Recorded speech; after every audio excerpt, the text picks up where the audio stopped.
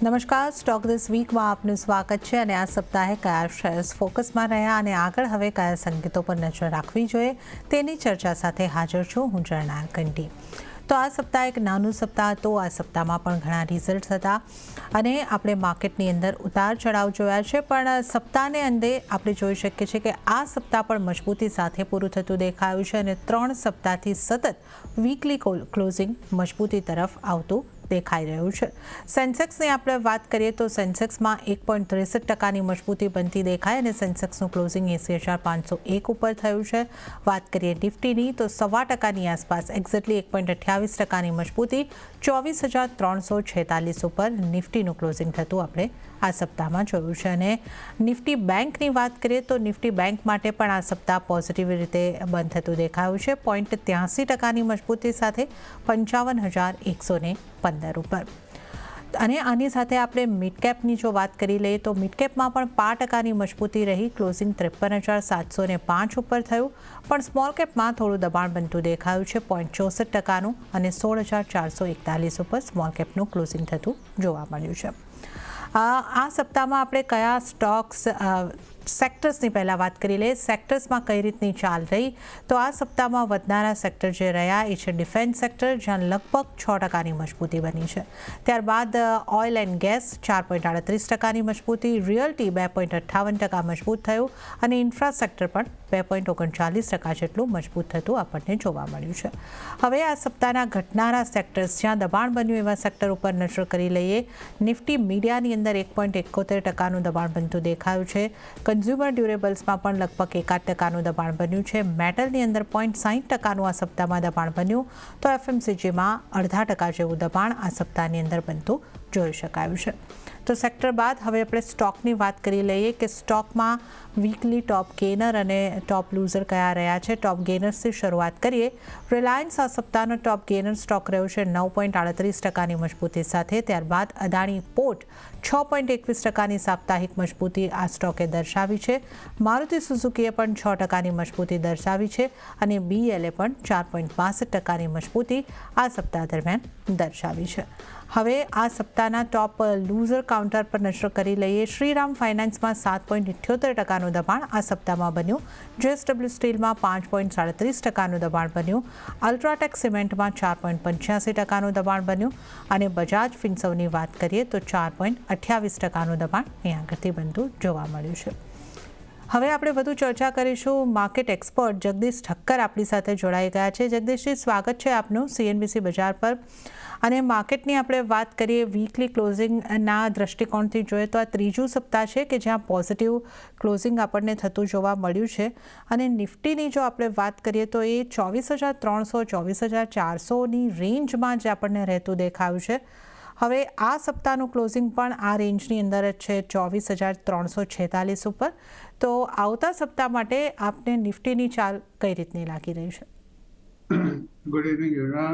જે રીતે છેલ્લા 2 કે 3 સપ્તાહથી આપણે માર્કેટનો એક ટ્રેન્ડ જોઈ રહ્યા છે, ખાસ કરીને 22 એપ્રિલ પછી જે જાતની ઘટના પહેલગામમાં બની તે પછી જે સરકારના નિવેદનો આવ્યા અને જે જાતની સમાચારો આપણે વારંવાર ટેલિવિઝન પર કે રેડિયો પર કે ન્યૂઝપેપરમાં જોઈએ છે, એ વસ્તુથી એક વસ્તુ તો ચોક્કસ છે કે એવરી ડે જે રીતે પસાર થાય છે ત્યારે કોઈક ને કોઈક ભીતિ ચોક્કસ છે. અને એમાં વિશેષ કરીને જો વચમાં રજા આવતી હોય તો ચોક્કસ બજાર થોડું ઘણું નર્વસ હોય છે. છેલ્લા તમે લગભગ 7-8 દિવસથી ઓબ્ઝર્વ કરજો કે શરૂઆત જ્યારે બજારની થાય છે ત્યારે બજાર લગભગ ઉપરની તરફ જ હોય છે અને પછી ધીરે ધીરે at the end of the day બજારનું લગભગ પ્રોફિટ બુકિંગ આવે છે, અથવા તો જે લોકોએ લોંગ પોઝિશન કરી હોય છે એ લોકો વાઇન્ડ અપ કરી દેતા હોય છે અથવા તો સામે હેજ કરવાની કોશિશ કરતા હોય છે. આપણે જાણીએ છીએ કે ઘણા બધા ફેક્ટરો અત્યારે બજારની અંદર આપણી સામે અને આપણા ફેવરમાં પણ છે. અમેરિકા તરફથી તમે જુઓ તો સારા સંકેતો છે, કારણ કે જે રીતે ટ્રમ્પ સાહેબે થોડી ઘણી જાહેરાત કરી છે એમાં મુખ્યત્વે તો એણે ઓટોમોબાઈલ પર જે વાત કરી ટેરિફની, કે જે કમ્પોનન્ટ્સ એ પોતાના દેશમાં ઇમ્પોર્ટ કરે છે અને બીજા દેશ સપ્લાય કરે છે એમાં એ થોડું કન્સેશન આપવા તૈયાર થયા છે. બીજું એમણે એ પણ એવું કહ્યું કે ચીન સાથે વાટાઘાટો અમારી અત્યારે ચાલી રહી છે અને ચીનના કોમર્સ મિનિસ્ટ્રી તરફથી ગઈકાલે જ આ જાતનું એક સ્ટેટમેન્ટ આવ્યું કે અમેરિકાના ઉચ્ચ અધિકારીઓ અત્યારે અમારી સાથે વાતચીત કરવા માટે આતુર છે, પણ અમે આ બાબતમાં હજી કોઈ નિર્ણય લીધો નથી. ત્રીજી વસ્તુ એ છે કે અત્યારે જે ચીન જે આપણે કહીએ કે નેગેટિવ ઝોનમાં છે એ ઈરાન સાથે જે ન્યુક્લિયર વાટાઘાટો હતી એ લગભગ અત્યારે તો અવેન્સ એટલે કે પોસ્ટપોન થઈ છે અને અમેરિકાના પ્રેસિડેન્ટ સાહેબે તો રીતસર એક જાતની ચેતવણી ઉચ્ચારી છે કે જે કોઈ દેશ ઈરાન પાસેથી જે ક્રૂડ ઓઇલ ખરીદશે તો એ જે અત્યારે તારીફમાં અત્યારે જે વાતચીત ચાલે છે એની સાથે વધારે વાતચીત નહીં કરે અને સાથે સાથે સેન્કશન પણ મૂકવાની વાતો કરી છે. આપણે ઈરાન પાસેથી ઓઇલ લઈએ છીએ એ પણ આપણે બહુ જાણવાની બહુ જરૂર છે. ત્રીજું કે ચોથી વસ્તુ કે ઓપેકની મીટિંગ છે અને પહેલા માર્કેટમાં થોડી નર્વસનેસ છે અને ઈરાન તરફથી જો ઓઇલ ન ખરીદાય તો આપણને 60 નીચે ડોલર જો જોવા મળતો તો બ્રેન્ટનો ભાવ એ ફરીવાર 62-63 ડોલરની આસપાસ આવી ગયો છે. એટલે એ પણ એક વસ્તુ છે. એટલે આમ તમે ગણો તો એક તરફ નિફ્ટી પોતાની ઓલમોસ્ટ હાઈ તરફ આ વર્ષના 2025ની વાત કરું છું. 2025ની હાઈ તરફ છે. મિડ કેપમાં તમે જુઓ તો છેલ્લા 3 મહિનાની હાઈ પર છે અને જે બેંક નિફ્ટી તમે જુઓ તો લાઈફ ટાઈમ હાઈ પર છે. એટલે આ બધા ફેક્ટરો અત્યારે મિક્સ કન્ડિશનની અંદર એવા છે કે તમે કોઈ જાતનું કન્ક્લુઝન નથી લઈ શકતા. આજની પણ તમે દિવસની શરૂઆત જુઓ અને દિવસનો અંત જુઓ તો તમને લાગશે કે દિવસનો જેમ જેમ દિવસ આગળ વધતો ગયો અને 2 દિવસની રજા છે એટલે માર્કેટ થોડું નર્વસ ચોક્કસ છે.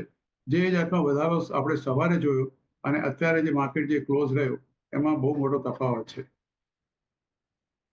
ઓકે, તો આપણે અહીંયા આગળથી જે માર્કેટની નિફ્ટીની, બેંક નિફ્ટીની, માર્કેટની ખાસ અહીંયા આગળથી વાત કરી કે ઘણા બધા પરિબળો છે એની ઇમ્પેક્ટ અહીંયા આગળથી માર્કેટ ઉપર આપણને આવતી દેખાઈ રહી છે અને જે રીતે આપણે વાત કરી કે એક રેન્જમાં અત્યારે આપણે માર્કેટને જોઈ રહ્યા છે કારણ કે બજારમાં થોડી ચિંતાઓ ચોક્કસપણે બનેલી છે. હવે જગદીશજી, આપણે સ્ટોકની અને સેક્ટરની ચર્ચા સાથે જો અહીંયા આગળથી શરૂઆત કરીએ.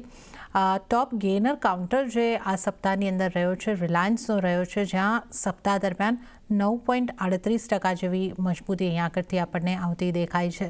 તો રિલાયન્સને આપ કઈ રીતે જોઈ રહ્યા છો અને ઓઇલ એન્ડ ગેસ સેક્ટરમાં પણ થોડી મજબૂતી જ રહી છે, તો જો આપ રિલાયન્સ ઉપર આપનો વ્યૂ આપી શકો.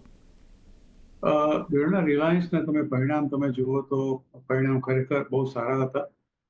એકવાર આપણે એને કોર સેક્ટરની એકવાર બાજુ પર મૂકી દઈએ એના ઓઇલ એન્ડ ગેસની અને એ સિવાય બાકીના તમે જુઓ ટેલિકોમ્યુનિકેશન છે, રિટેલ છે કે જીઓનું છે, એ બધા જે તમે જુઓ તો બધા રિઝલ્ટો ખૂબ સારા હતા અને ઓવરઓલ પરફોર્મન્સ તમે જો રિલાયન્સ ઇન્ડસ્ટ્રીઝનું જુઓ કે છેલ્લા કેટલાય વખતથી અંડર પરફોર્મ કરી રહ્યો હતો આ શેર, એણે ડેફિનેટલી એક લીડ લીધી છે અને હું તો એવું કહીશ કે જો કદાચ આ બજારમાં આ સેન્સેક્સ અને નિફ્ટીને પ્લસમાં ટકાવવા માટે સૌથી કોઈ મોટું યોગદાન આપ્યું હોય તો રિલાયન્સ ઇન્ડસ્ટ્રીઝ છે.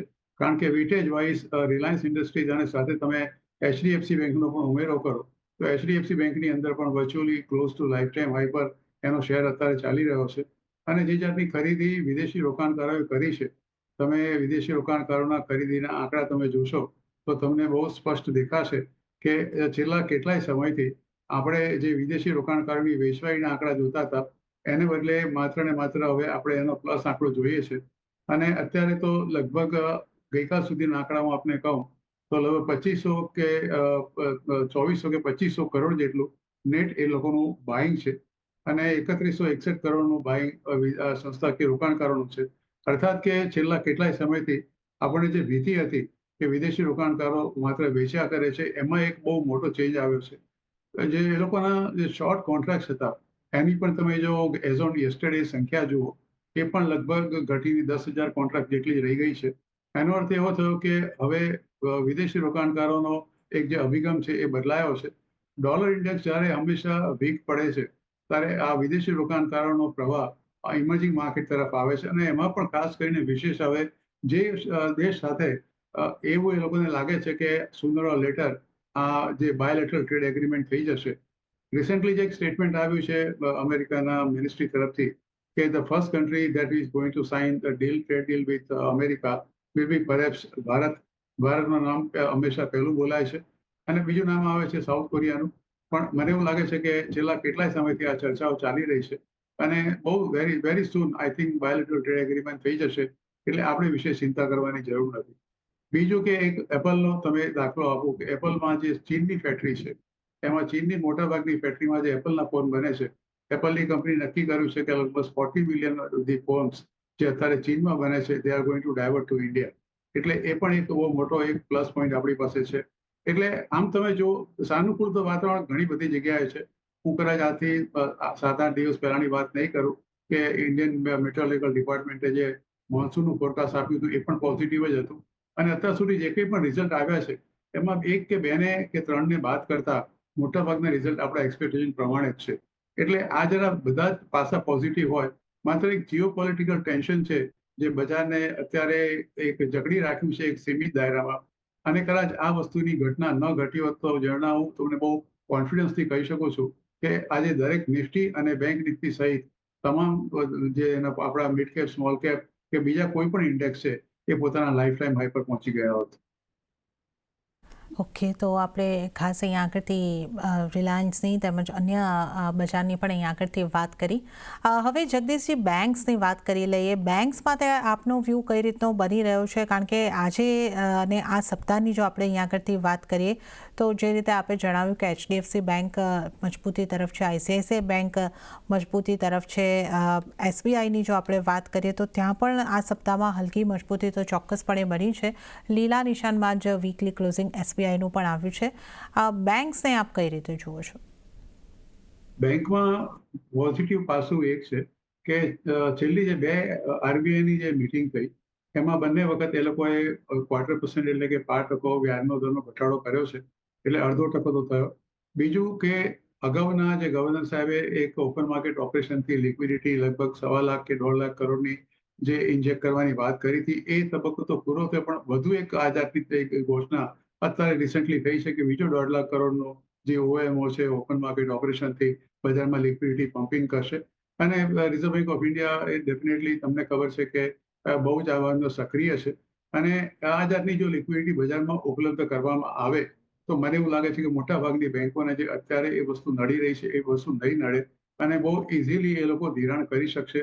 અત્યારે બેંકનું ધિરાણ રિસ્ટ્રિક્ટ એટલા માટે થઈ ગયું હતું કે એ લોકો પાસે પૂરતી મૂડી નહોતી અને ધિરાણ કરવા માટે દે વર વેરી સિલેક્ટિવ કે અમુક જ કંપનીઓને કે અમુક પ્રોજેક્ટને જે લોકો ધિરાણ કરતા હતા, અમુક જે ડિઝર્વિંગ હતા એની પાસે બેંક પાસે મૂડી નહોતી. પણ હવે મને એવું લાગે છે કે પર્યાપ્ત મૂડી બજારમાં અવેલેબલ થવાની છે.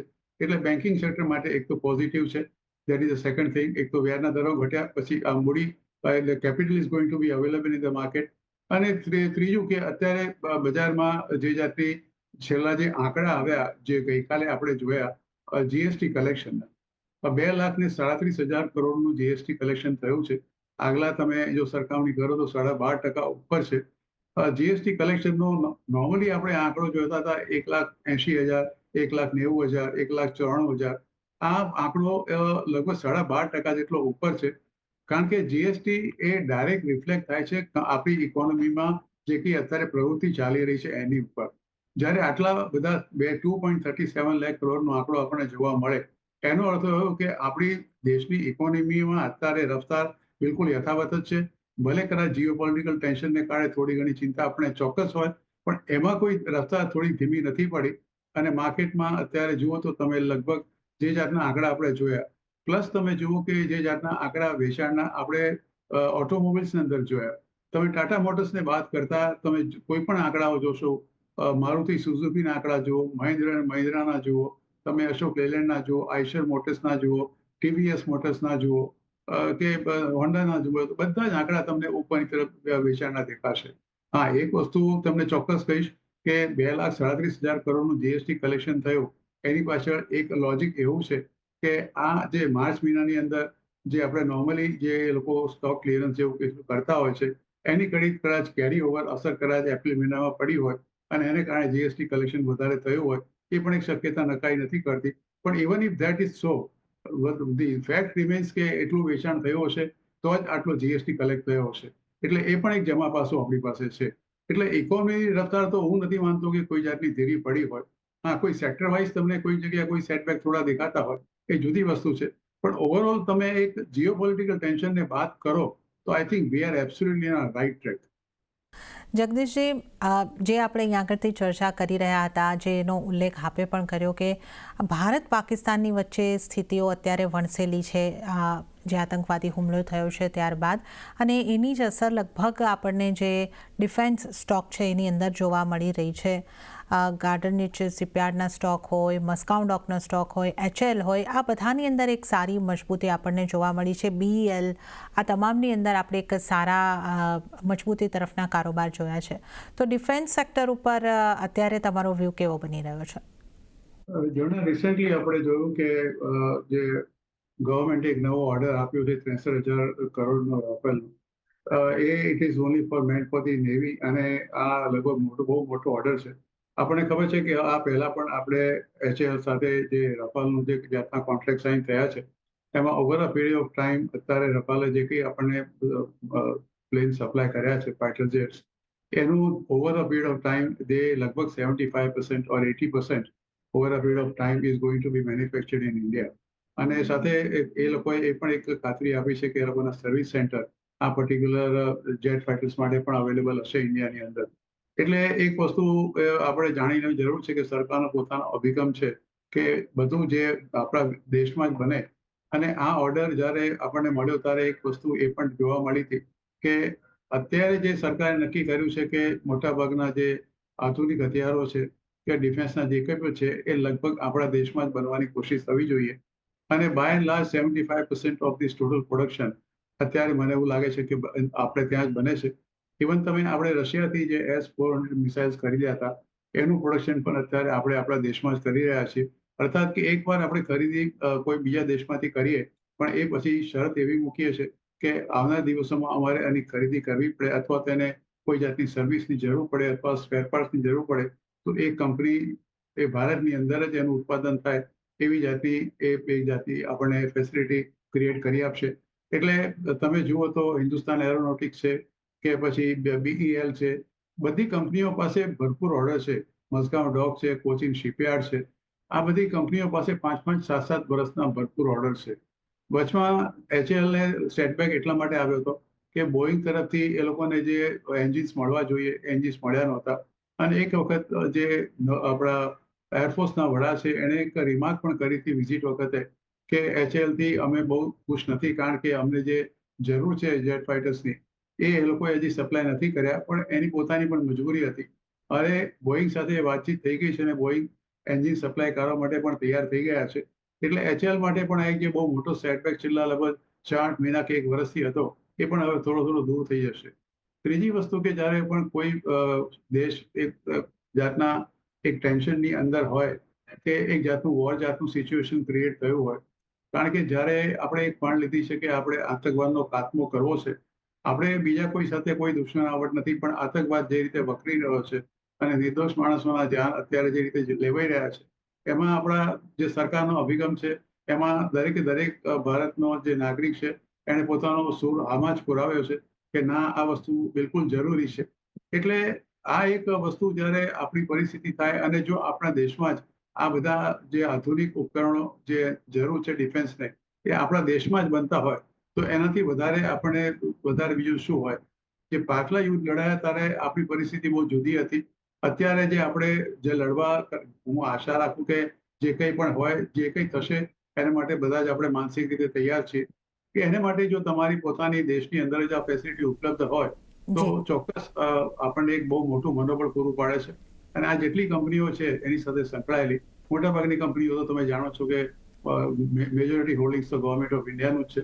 અને આઈ એમ શ્યોર કે એ લોકો they will deliver the whatever they require to the defense sector as soon as possible. Okay, તો ડિફેન્સ સેક્ટરની આપણે વાત કરી અને હવે આપણે જગદીશજીનો માર્કેટ પર વ્યૂ લીધો છે. અન્ય નિષ્ણાતો નિફ્ટી માટે કઈ રીતની સલાહ આપી રહ્યા છે એના ઉપર નજર કરી લે. સેમ્કો સિક્યોરિટીઝના અપૂર્વ શેઠની સલાહ જોઈએ. એમણે નિફ્ટીના મે ફ્યુચરને સેલ કરીને ચાલવાની સલાહ આપી છે. 24,380ની આસપાસ ટાર્ગેટ તેઓ જોઈ રહ્યા છે 23,975નો અને સ્ટોપલોસ 24,580નો રાખવાની સલાહ અહીંયા આગળથી અપૂર્વ શેઠ તરફથી મળી રહી છે. આ ઉપરાંત મીરાએ એસેટ શેરખાનના સોમિલ મહેતાની સ્ટ્રેટેજી નિફ્ટી માટેની જોઈ લઈએ તો એમણે નિફ્ટીને ખરીદી કરીને ચાલવાની સલાહ આપી છે. 24,330ની આસપાસથી ટાર્ગેટ તેઓ 24,450નો જોઈ રહ્યા છે અને સ્ટોપલોસ 24,285નો રાખવાની સલાહ સોમિલ મહેતા તરફથી. ત્યારે જગદીશજી આપણી સાથે જોડાયેલા છે. જગદીશજી, હવે આપના ટ્રેડિંગ કોલ્સની વાત કરી લઈએ તો કયા બની રહ્યા છે આપના ટ્રેડિંગ કોલ્સ આવતા સપ્તાહ માટે? આમ તમે ટ્રેડિંગ કોલ્સ થોડા મુશ્કેલ છે આપવા, કારણ કે તમે જાણો છો કે જે જાતની સિચ્યુએશન છે એ રીતે કોઈ બી વસ્તુમાં આપણે સાચા કે ખોટા પડી શકીએ છીએ. પણ સબ્જેક્ટ ટુ ધી કેવિયેટ કે જે સપ્તાહ છે 2 દિવસ આપણે એમાં કશું જીઓપોલિટિકલ ટેન્શનમાં કશું અજુગતું ન થાય તો મારું માનવું છે કે જે હું સ્પેસિફિક સ્ટોકની વાત નહીં કરું, પણ ચોક્કસ તમને સેક્ટર વાઇઝ ચોક્કસ કહીશ. મને એવું લાગે છે કે 2 સેક્ટરમાં તમારે વિશેષ ધ્યાન રાખવાની જરૂર છે. એક તો અત્યારે આપણે વાત કરી તે પ્રમાણે ટેલિકોમ્યુનિકેશન, કારણ કે મને એવું લાગે છે કે આ એક ક્ષેત્ર એવું છે કે જેને કોઈ પણ જાતની આડઅસર કાં તો ટારિફની અથવા તો બીજી કોઈ વસ્તુની થઈ શકે એવી મને લાગતી નથી. એટલે એમાં ટેલિકોમ્યુનિકેશન સેક્ટરની અંદર જે કંપનીઓ છે, જીઓ છે કે પછી તમે જીઓ ફાઇનાન્સ, ઓફકોર્સ જીઓ પોતે લિસ્ટેડ નથી, પણ ભારતી એરટેલ છે કે બીજી જે આઈડિયા છે, આઈડિયામાં થોડો ઘણો પ્રોબ્લેમ ચોક્કસ છે, પણ I think that is one sector which is there. અને સેકન્ડની તમે અત્યારે ડિફેન્સની વાત કરી. I am very bullish on the defence sector now, કારણ કે જ્યાં સુધી આ જાતનું સિચ્યુએશન ચાલુ રહેશે ત્યાં સુધી ડિફેન્સના તમામ સેક્ટરો આઉટ પરફોર્મ કરશે. એટલે એમાં હિન્દુસ્તાન એરોનોટિક્સ છે કે પછી બીઈએલ છે કે બીઈએમએલ છે, કોચિન શિપયાર્ડ છે, મઝગાંવ ડોક્સ છે, આ બધા શહેરો પર ચોક્કસ તમારે નજર રાખવાની બહુ જરૂર છે. એટલે આ ટેલિકોમ્યુનિકેશન ને આ 2 વસ્તુ, કારણ કે એની તારીફ પર કોઈ નેગેટિવ અસર થવાની નથી. કાલે ઉઠીને બીટીએ વહેલું મોડું પણ થાય, કારણ કે આપણે મોટા મોટી વસ્તુ આપણે એક્સપોર્ટ નથી કરતા અમેરિકાને, એટલે કોઈ વિશેષ ચિંતા કરવાની જરૂર નથી. મારી દ્રષ્ટિએ કોઈ પણ જાતના ટેન્શનના જો આપણા એક સિચ્યુએશનમાં આ 2 સેક્ટર એવા છે કે they are immune to this tariff war. એટલે આ 2 સેક્ટર પર ચોક્કસ વિશેષ ધ્યાન રાખવાની જરૂર છે. એ તો ટેલિકમ્યુનિકેશન અને ડિફેન્સ સેક્ટર ઉપર તમારે ખાસ ધ્યાન રાખવાનું છે, તો આ સલાહ આપને માટે ખાસ બની રહી છે. અને ત્યારે જ જગદીશજી, હવે સમય છે આપની પાસેથી રજા લેવાનો, તો આપના કોઈ ડિસ્ક્લોઝર? ઘણા બધા સેક્ટરની વાત કરી, ભારતી ટેલિકોમની અત્યારે એરટેલની વાત કરી, મારા પોતાના અંદર પોર્ટફોલિયોમાં છે. એ સિવાય આપણે જે જેટલા બી સેક્ટરની વાત કરી એમાં કોઈને કોઈ જગ્યાએ કોઈને કોઈ શેર મારા પોતાના અંદર પોર્ટફોલિયોમાં હોઈ શકે, પણ હંમેશા સ્ટોક માર્કેટમાં રોકાણ કરો તો તમારા નાણાકીય સલાહકારની સલાહ અચૂક લેજો અને સલાહને જ અનુસરજો. જે અભિપ્રાય આપની ચેનલ પર મેં આપ્યો છે મારા અંગત અભિપ્રાય છે.